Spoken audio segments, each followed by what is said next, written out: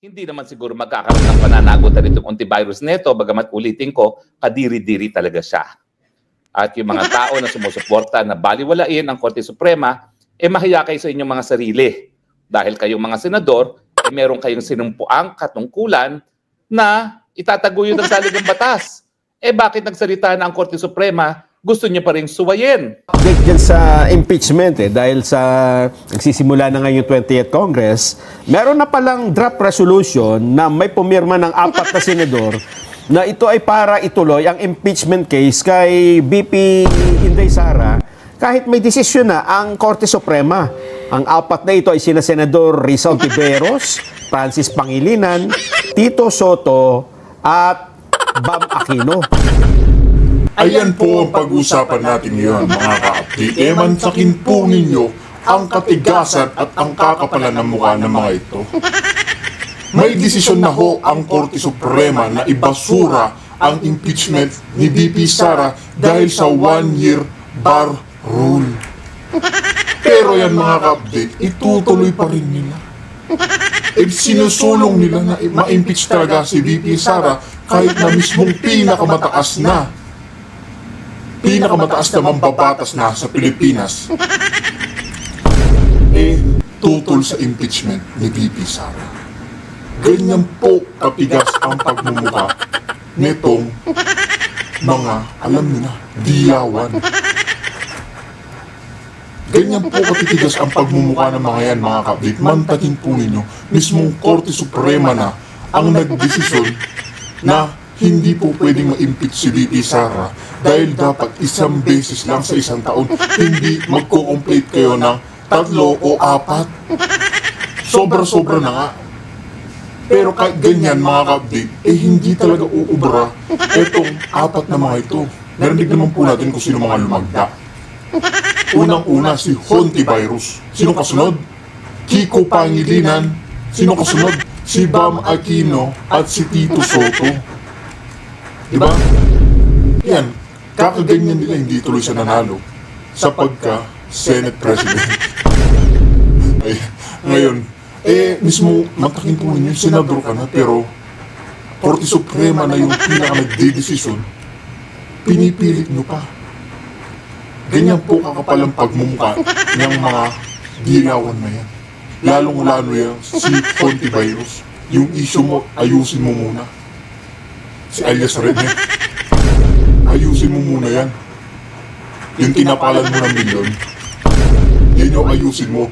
Hindi yung pinipilit mo, yung kay BP Sara, dahil ipinasura na ng Korte Suprema. Kaya mga pakinggan ho natin itong naging pahayag nga dito, kung saan pilit nilang isinusulong pero wala na. Wala na hong laban. Tapos na ang boxing, mga kapit. Sila ay umaasang may iba pang pipirma para masimulan daw po ang impeachment. May petsang iniligay August 6 ang itinakdang araw para talakayin ito sa open plenary session kung anong gagawin sa impeachment complaint. Sen. Ay, hindi ko maintindihan yan, Jen, Nelson. Dahil ibig ba sabihin kung may pumirmang 4 o kaya may nakakuha pang 4, 8, o nakakuha ng 10 halimbawa. Ibig ba sabihin nun ay mapapahinuhod nila ang Korte Suprema na ituloy ang impeachment? Yan ba yung kanilang panukala o yun ang direksyon ba na tinatahak ng resolusyon? Bagamat hindi ko pa nababasa yung resolution nila. Kasi, nung kami nag-caucus, napag-usapan namin na mukhang klarong-klaro naman yung desisyon ng Korte Suprema. Medyo matatag at saka walang paligoy-ligoy. Sinabi niya, ang impeachment complaint is void ab initio. Ang ibig sabihin, mali ito sa umpisa pala. Unconstitutional, and the Senate never acquired jurisdiction. Diba? Unang-una pa lang, mali na. Wala ring jurisdiction. Diba, mga kapit? Common sense na nga lang yung pinapagana nitong si Hontiveros, hindi pa niya magawa. Mantakin po, kahit na may bumoto pa, dumagdag pa, pero Korte Suprema na nga yan eh. Korte Suprema na ang nagdesisyon na mali at hindi po pwedeng ma-impeach si VP Sara dahil sobra-sobra na. Naka-4 na kayong complaint laban sa kanya, hindi pa ba kayo tapos? Mahina ang ebidensya niyo. Diba? Ibig ba sabihin, Nelson, Jen, babaliwalain mo ba yung desisyon na yun? Unanimous decision ng Supreme Court? Ano? Unanimous. Opo. 13 pumirma, isa yung wala ron, isa yung hindi nakaboto. Pero unanimous sapagkat yung hindi bumoto at saka wala doon, hindi naman nag-submit ng dissenting opinion. Hindi tumutol. Kasi kapag hindi ka nag-submit ng dissenting opinion, mananatiling unanimous. Ayun. Ngayon, meron pa silang gustong sabihin, kaya nakiusap na... Alam mo, noong July 29, birthday ko yun, Jen. Opo. Nelson. Tuesday, oo. Nag-caucus kami. Anong tatalakayin na natin ngayon, sabi nila. Nakiusap sila na huwag. Kasi baka raw mag-file ng motion for reconsideration ang House of Representatives. Hindi man ako kumikiburo. Ninahayaan ko silang nagsasalita. Usap. Bigla naman akong tinanong ni Senador Jinggoy. Pakinggan natin yung birthday boy, hindi pa nagsasalita, nakatingin lang na ng pangiti-ngiti. Hindi natin malaman kung ano iniisip niya. Sabi niya, alam mo naman magsalita yun. Ay, ba't kasi ako patatagalin? Talakayan na natin mamaya. Sabi ko, kahit kumukuluan tiyan ko. Teka, wag mo naman. Wag naman, sabi niya. Hindi ba natin bigyan... Di ba natin pwedeng pagbigyan yung house? Ano nga kung paano di pagbibigyan? Magpapile daw sila ng ng motion for reconsideration. O ngayon, tulala na itong si Hontiveros yan, mga kabli. Diba? Hindi kaya nahihiya itong babaeng ito sa pagginagagawa niya. Hindi kaya sila nahihiya dahil mantagin po ninyo 19 against 4. 4 lamang sila, mga kabli. Pahiyayan, mga kabli. Nakakahiya yung ginagawa niya. Diba? Lalo ni mga supporters nitong si Hontiveros, siguro nagtataka sila bakit 4 lang ang pumirma para itulak na naman ang impeachment ni VP Sara. Ngayon, hindi lang din po yan naman ang ating pag-uusapan. Dahil dito kay Spokes Harry Roque, isisiwalat niya bakit isinusulong nga nitong 4 na kumag na ito ang pag-i-impeach kay VP Sara. Pero ito, para pag-usapan ng Ghost Month, para maiba naman dahil puro politika ang pinag-uusapan natin. Pero ngayon, politika pa rin pag-uusapan natin, pero medyo may kinalaman din sa batas. Dapat bang parusahan yung mga pumupula dun sa desisyon ng Korte Suprema na ibinasura ang impeachment complaint laban kay VP Sara? Well, unang-una, sorry na lang talaga sa mga maasim. Pero sa mulat-mula, naniniwala naman ako na talagang walang ibang desisyon ng Korte Suprema kung hindi dapat i-dismiss yan. Kaya importante ako na nagva-vlog Kasi pag ako nag-vlog, meron akong record kung ano yung mga sinabi ko. At sa mulat-mula, sinabi ko na talagang madi-dismiss yung kasong yan dahil ang pinagbabawal ng saligang batas ay yung mahigit sa 1 beses na impeachment complaint laban sa isang impeachable officer. At syempre, pag pang-4 na impeachment complaint ang naging basihan ng articles of impeachment, yan ay sumusobra sa 1. 4 is more than 1. So sa akin, hindi mo na nga kinakailangan maging abogado para malaman mo na talagang mababasura yan. At ang mas mabuti pa, nagsalita rin ang Korte Suprema tungkol dun sa karapatan ng mga pinapaalis sa pamamagitan ng impeachment na meron silang karapatan na madinig at every stage of the impeachment proceedings. Totoo naman po yan. Kaya nga meron tayong proseso na nakasaad sa saligang batas na kinakailangan dumaan yan sa Committee on Justice at binibigyan ng pagkakataon talaga yung ini-impeach na opisyales na makasagot bago magbotohan.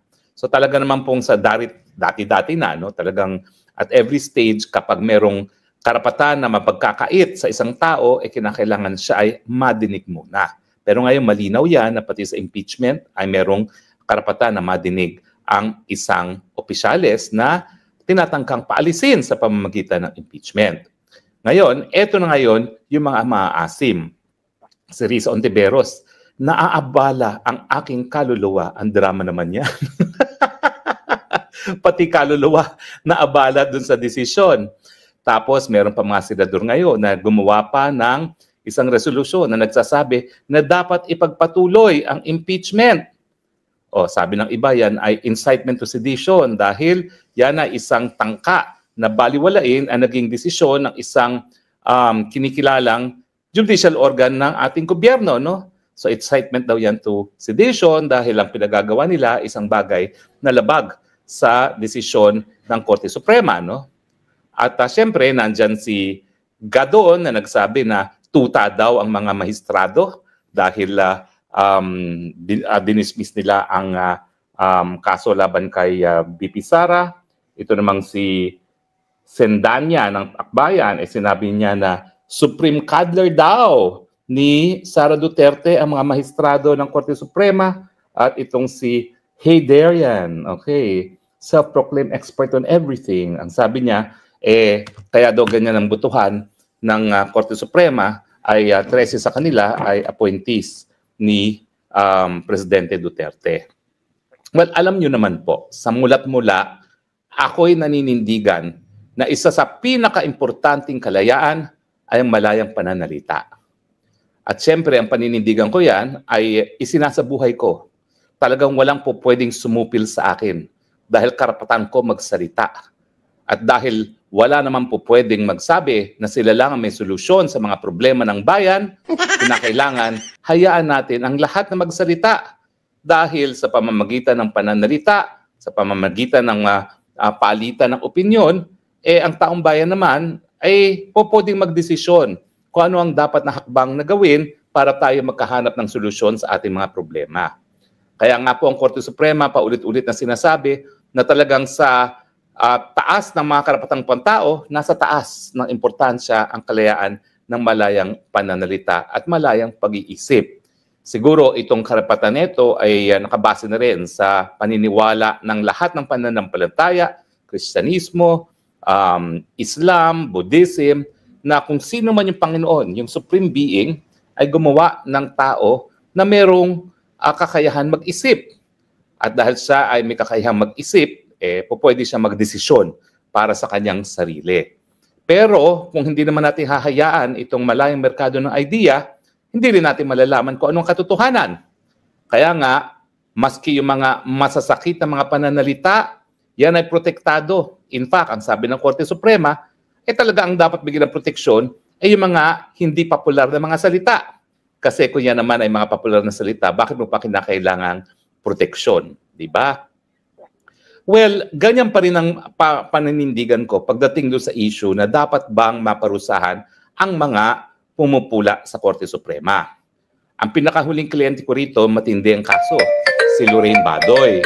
Ngayon, si Lorraine Badoy, yun nga, di umano ay hindi nagtangka, nagbanta daw ng violence against the person of a judge. At syempre, ang sinabi namin dun sa petisyon ni Lorraine Badoy, alam mo, sa mulat-mula, sinabi na ng Korte Suprema, ang mga taong gobyerno, kasama na ang mga maestrado, hindi dapat balat sibuyas pagdating sa kritisismo. At syempre, ang Korte Suprema na mismo nagsabi na kung ang pula sa isang taong gobyerno ay may kinalaman sa kanyang trabaho, hindi yan libelous. At syempre, kung ikaw naman ay pupula dahil sa desisyon ng Korte Suprema, hindi yan dapat maging dahilan para ikaw ay maparusahan. So ako naman ay naninindigan na yung desisyon kay Lorraine Badoy na pinatawan lamang siya ng 30,000 fine ay isang pagkilala sa importansya ng karapatan ng malayang pananalita. Bakit? Pwede naman siyang ipinakulong. Diba? Dahil matindi yung paratang sa kanya na di umano nagbanta siya sa buhay na isang nakaupong RTC judge. Pwede namang mas malaking fine ang ibinigay sa kanya. Pero dahil parang tapik lang ang binigay sa kanya ng 30,000 fine, yan ay nagpapakita na binalanse lang ng Korte Suprema yung napaka-importanting karapatan ng malayang pananalita, doon din naman sa karapatan ng ating hukuman na itaguyod ang integridad ng ating hudikatura. Now, bakit ba kinakailangan itaguyod ang integridad ng ating hudikatura? Hindi naman yan para protektahan talaga yung mga damdamin ng mga justices. Kung hindi gaya ng sinabi ko kahapon, kapag ang taong bayan ay nawala ng tiwala sa hukuman, paano pa sila susunod sa mga desisyon ng hukuman? At kung hindi naman sila susunod sa mga hukuman, paano pa natin magkakaroon ng mapayapang mga pamamaraan para maayos ang mga gusot ng tao sa isa't isa? So talagang kung ninanais natin na magkaroon ng kapayapaan sa pamamagitan ng tinatawag na rule of law, kinakailangan galangin natin ang desisyon ng Korte Suprema o ng ating mga hukuman.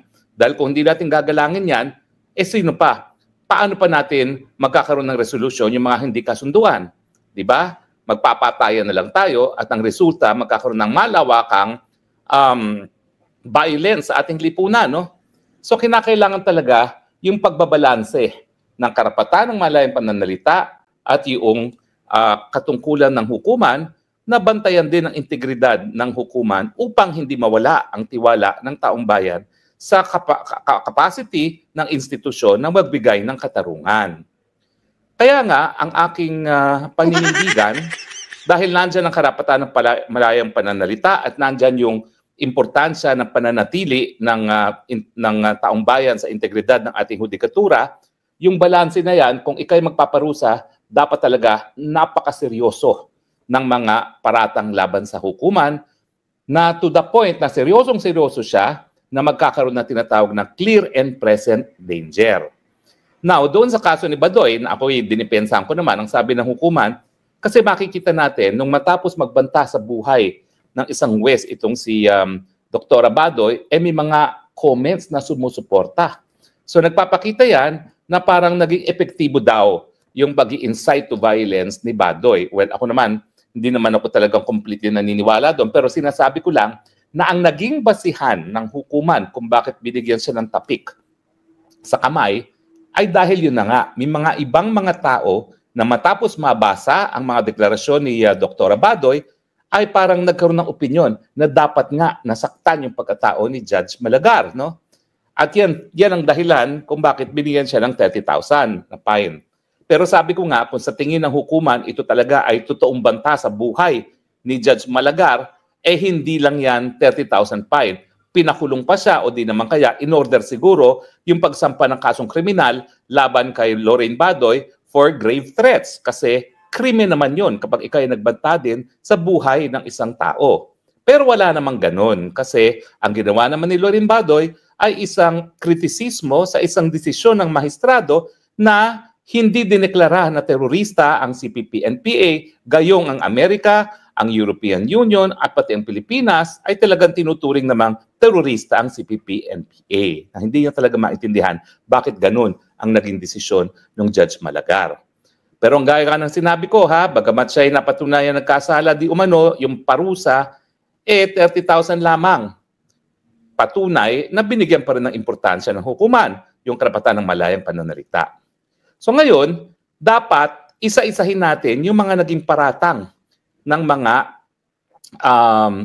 pumupula sa desisyon. Well, unahin muna natin yung ginawa ng mga 4 na senador na gumawa ng resolusyon na nagsasabi na dapat ituloy ng Korte Suprema ng Senado yung paglilitis kay Inday Sara Duterte.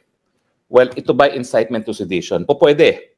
Kasi yung incitement to sedition nagsasabi kung ikaw ay magiging balakid para isang ahensya ng gobyerno ay magampan ang kanyang katungkulan. At ang katungkulan talaga ng Korte Suprema ay itaguyod na ang saligang batas ang pinakabataas na batas sa ating bayan. So kung titignan mo, yung resolution itself, on its face, pwede. Pero bakit naman hindi talaga siya magiging incitement to sedition?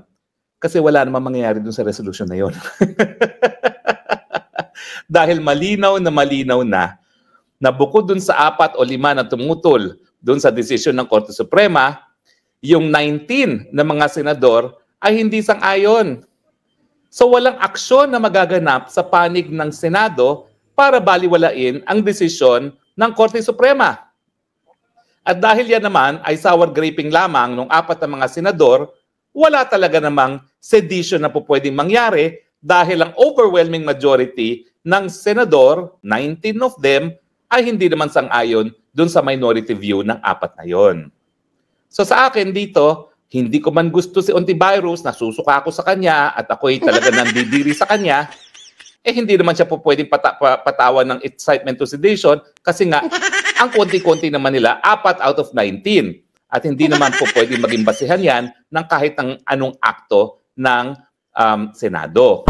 Bukod pa dyan, merong ng parliamentary immunity. No? Bagamat ito'y immunity lamang laban sa libel, sa tingin ko, kikilalanan din ng Korte Suprema na hindi rin dapat maging basihan na magkaroon ng liability for contempt ang mga senador sa mga sinasabi nila sa mga official communications sa Senado. Bagamat, kapag sila ay abogado, at nangyari na ito, isang abogadong senador na pinulaan ng desisyon ng Korte Suprema, pwede pa rin madisiplina ng hukuman yung abogadong yon.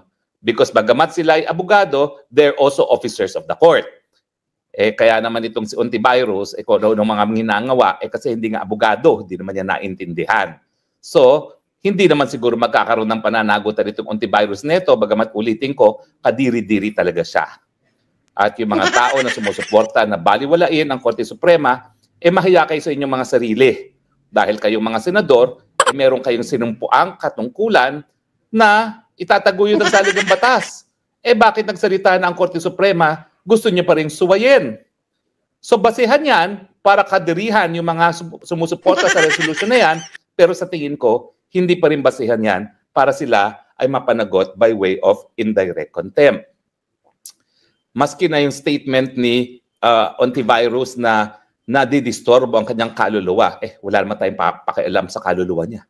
Kahit magpunta siya sa impyerno, wala tayong pakialam. Diba? Now, tignan naman natin itong si Gadon. Well, si Gadon, ibang klase. Si Gadon kasi, sinabi, tuta yung mga Korte Supremang maestrado, kaya ganyan ang desisyon. Well, unang-una, paalalahanan ko po sa inyo, record holder po si Gadon. 2 beses na po na-disbar. Ibig sabihin, kung ang tao ay magkakaroon ng 2 buhay, even in his next lifetime, disbarred na siya. Ibig sabihin, wala nang posibilidad na ma-disbar pa si Gadon. At ano pang sakit dyan sa isang abogado kung hindi ikaw ay ma-disbar not once, not twice. Kaya kumbaga, halang na talaga ang kaluluwa ni Gadon.